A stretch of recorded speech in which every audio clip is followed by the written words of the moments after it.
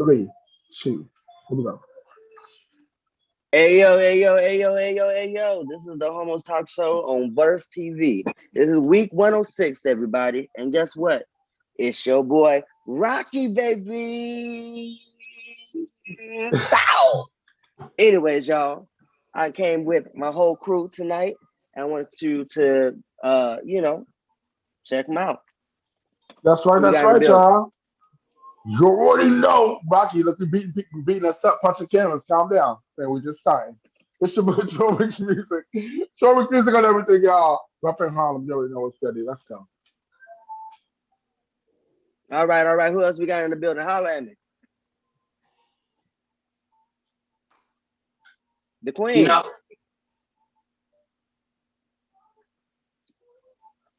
you already know who it be. It's your girl Yuri G. All right, all right, all right, all right. Mr. Cool. Holla at me. What's going on? All right, what's up, y'all? It's Darby Day. I'm back in here. I'm tired, but can't nothing hold me down but a big bank account. So, what's up? All right, all Hey, right, all hey. right. So, all right, all right. So we're gonna holler, get up into this next topic.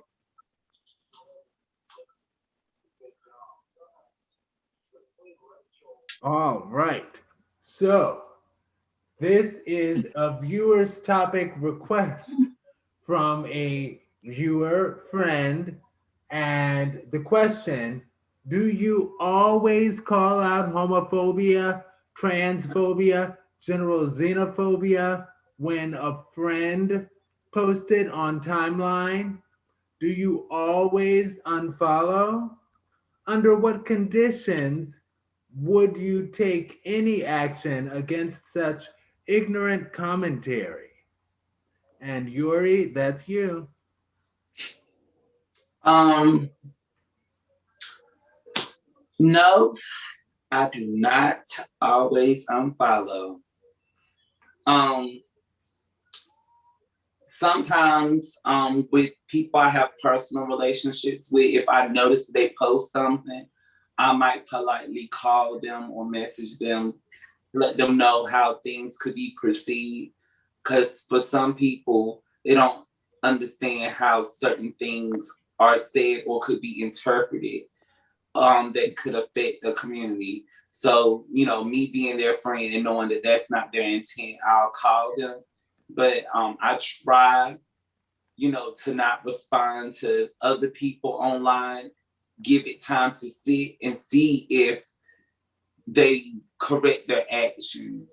Like if usually people who have friends from the community that they offend will call them up and correct them and they'll fix it. And they might apologize and all those things. So I try to sit and see if somebody that has a relationship with the individual say something. And if it gets corrected. If it's not corrected, I'm gonna say something.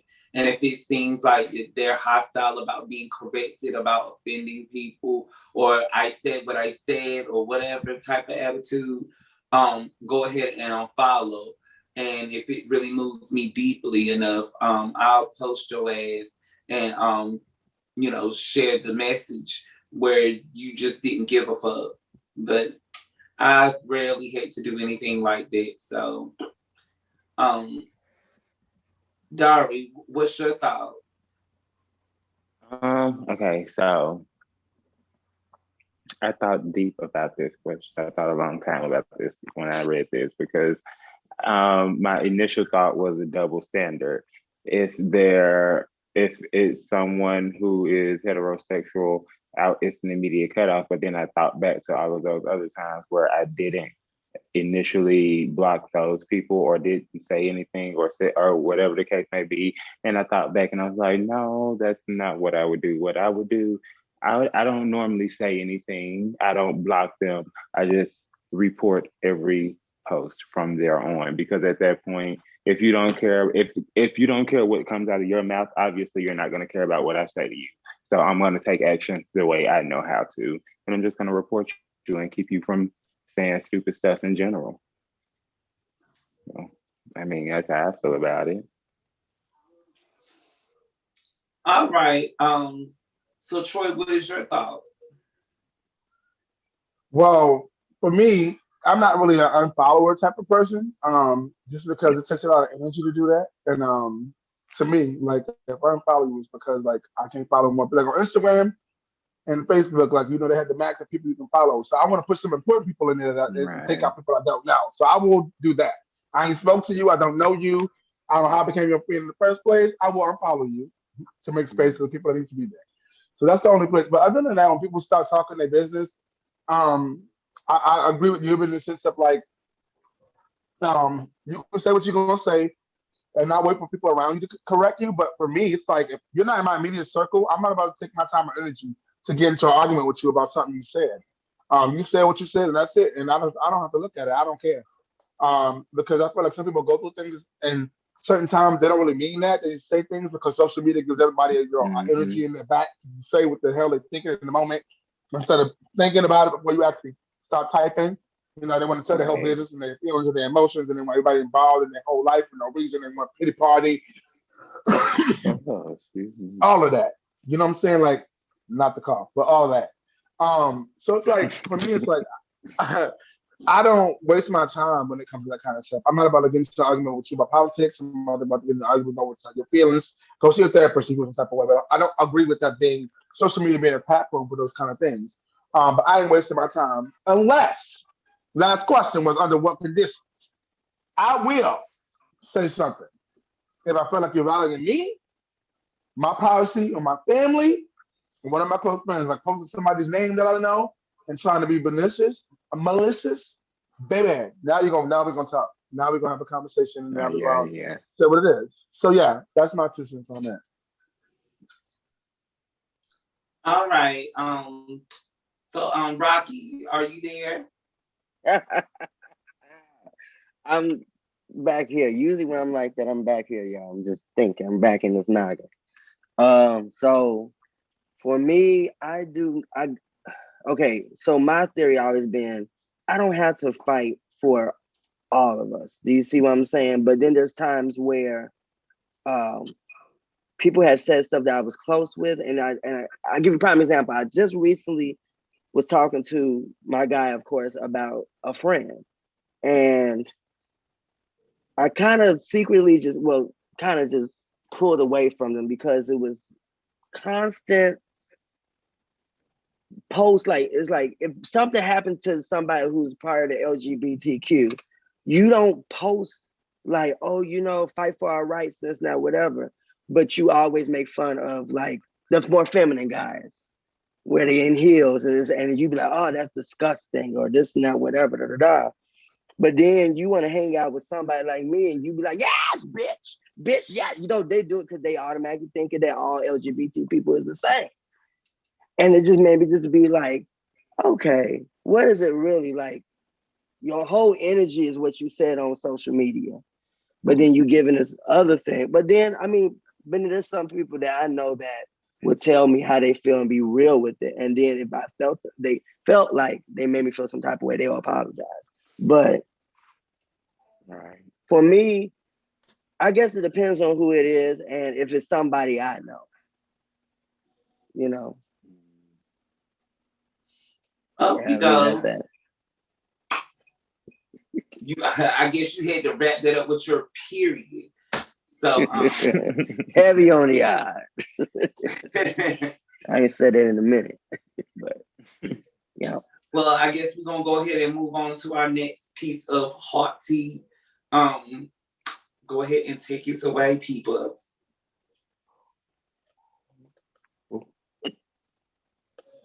All right. Openly non-standard.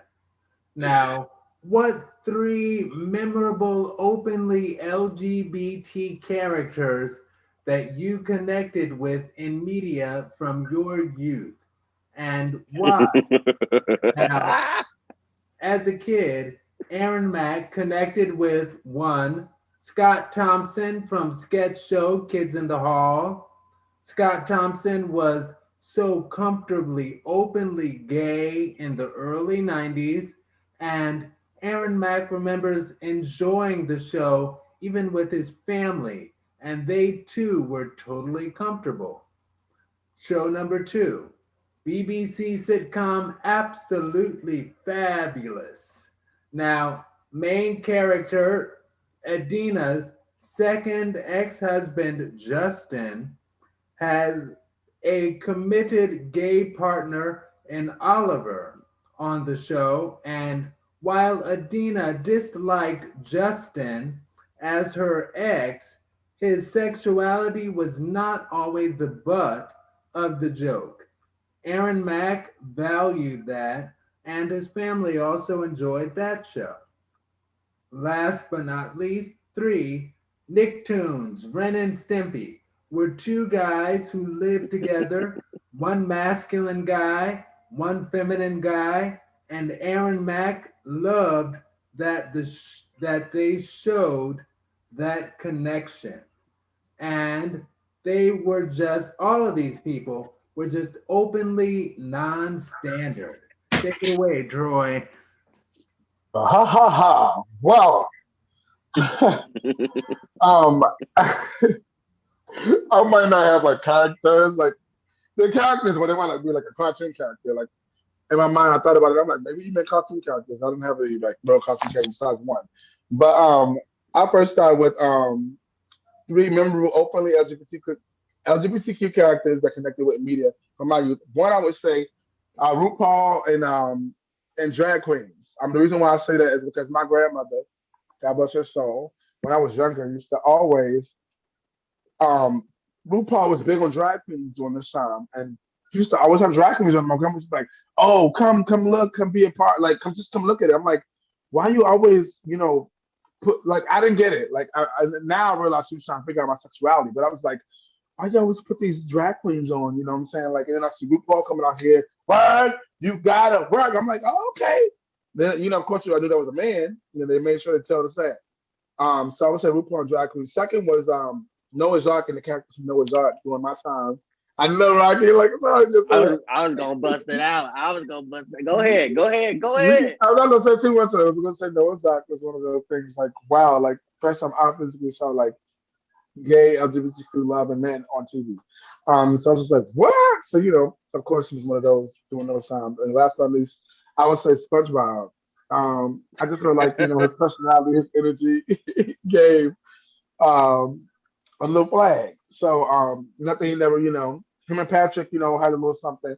They never had, there wasn't no sexual innuendos, nothing like that. But I just feel like SpongeBob was very, loud and proud, and not giving a care what nobody said. Yeah, well, that little laugh you got, I can't do it, but you guys know. But yeah, so those were the characters that for me that I felt like in my youth where I connected with. So I'm gonna go to Daria on this one too because she's just smiling so big, and I want to know what you what 3 memorable openly LGBT characters you connected with in your media when you was young. Okay, so my first one was Wayman from Low Down Dirty Shame. Wayman was hilarious. Okay, you give me He Raymond was too. Give me feminine. that. He was flamboyant. He was everything that that I always was, and I naturally am. You know what I'm saying? So I most definitely had to choose him. He was one of my most memorable. Number 2, I don't know if you guys ever watched this show called Degrassi. It's a Canadian show. Marco from Degrassi. Yeah, Marco, that's so and good. that show actually helped me come out to my family. Like watching Marco have to go through it, it taught me a lot about what I was going through. So yeah, Marco from Degrassi. Um, I don't know who. I don't. I could never think of a third. Like those 2 were my most memorable. So I mean, Gotcha. Okay. You second to you three, but I'm gonna give you two. Nothing wrong with that. Okay. right? I don't have That a was just show that third. Drake. That was just show that Drake was on. Drake was on that show. Yeah. Okay. Cool. Um. Now I'm gonna go with Rocky. Rocky. You thief! You thief! No, just playing. So yeah, Troy just took it. I swear. Wade was me. Wade was scared to come out, scared to be himself, had this image, liked Noah. Noah was feminine, you know, out comfortable. And he was just like, I loved like that. That was me to the like, I swear that's the reason why I always like when I was in a relationship, I'd be like, I want it just like that. But Wade, Baby Gat. So Baby Gat has there's this side of me where I'm just loud and just rambunctious, like, you know, I can be just Baby Gat. big. I loved him. And he was a nut. Baby You know what Gat. I'm saying? He was a nut. And then the third one, I'm torn between God, what was his name? Was it Brian from Queer as Folk and Ricky from Noah's Ark? My flirtatious ways. Ooh, get your life together. Okay, now just put the jersey away. Nah. Not the Okay, hoish no. ways. No, everybody thinking. I know what y'all thinking. No, the very flirtatious ways. You know. Okay. All right. Well, okay. It turned out all right. All right, Miss Yuri G. Lady in the room. Talk to me. Could it be openly LGBTQ characters you connected with from the media when you in your youth? In your youth. Talk to me. For me, it wasn't a lot of memorable gay characters. The only thing that made them memorable were the personalities that they portrayed. Like, you know, Rocky said, I liked Baby Gat. He was not like anybody on the show. He was very memorable to me. He felt authentic. He didn't feel like Wade is almost a character that you can find in any film. And Baby Gat was just so different and dynamic and complex for me. So like he was one that I like really, really liked.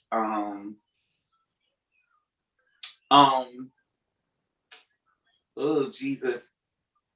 Yeah, it's basically Baby Gat for me. There's this one girl from the L Word, but I don't know her name or whatever, you know, but I like her or whatever. But other than that, I don't really see it for, you know, memorable, outbreaking, outstanding type of gay character for me. Just for me. All right. One more. I had one more. I actually thought of a third. There was this cartoon that used to come on HBO, Queer Little Duckling or Queer Duck or something like that. But it was a cartoon, so of course, being a kid, it caught my eye. And then the fact that the duck never said anything. He was so quiet and everybody was always talking and picking on him. But then there was this big, like the big bad duck, like that's who had, like the big duck had a crush on the little queer duckling. And it just really, like just the whole dynamic of the show. It was a little small skit type thing, but it was hilarious and it was cute. And it just really let me know that there are other queer people out there, or, you know, so to speak. Like I knew it had that show came from someone gay or someone, you know, that wanted to help someone gay or something like that. So that was, you know, that just popped in my head when you said Noah's Ark. I was like, oh yeah, because it used to come on late night after Noah's Ark. Oh yeah. Well, if I got one. So if we're gonna say that, then I don't know if he was actually gay, but I'm really thinking he's gay because he had on heels. Is him from Powerpuff Girls. Now I love him. The red devil with the heels on Powerpuff Girls. And androgyny tease, yes, very much so. Yeah, so like if we're gonna say like cartoon, that was my one cartoon. Okay, we'll give you that now. All right, Yuri. She came back for a second. All right, now we got Aaron's gonna take it away and read our next main topic. We'll get into the main topic time at this point in time. So Aaron, go ahead and take it away. And Rocky's gonna be commentating, so I'm looking forward to this. Let's go. All right. So you all can hear the topic here, But you have to check us out on YouTube and subscribe in order to see this topic discussed. But this topic is the homos benefits I see.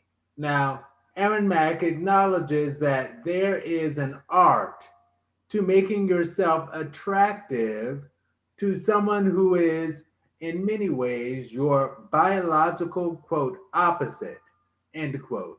Nevertheless, Aaron Mack loves that as a homo attracted man, he is attracted to exactly what he is, with some slightly varied degrees of feminine expression. Now, also, it is beautiful that us LGBTQ plus humans can embody varied degrees of feminine, masculine expression without having our realities questioned. Now, my question for you all, what do you love most about your space on the LGBTQ spectrum and why? Rocky, take it away. Ooh, that's a good one. Mhm.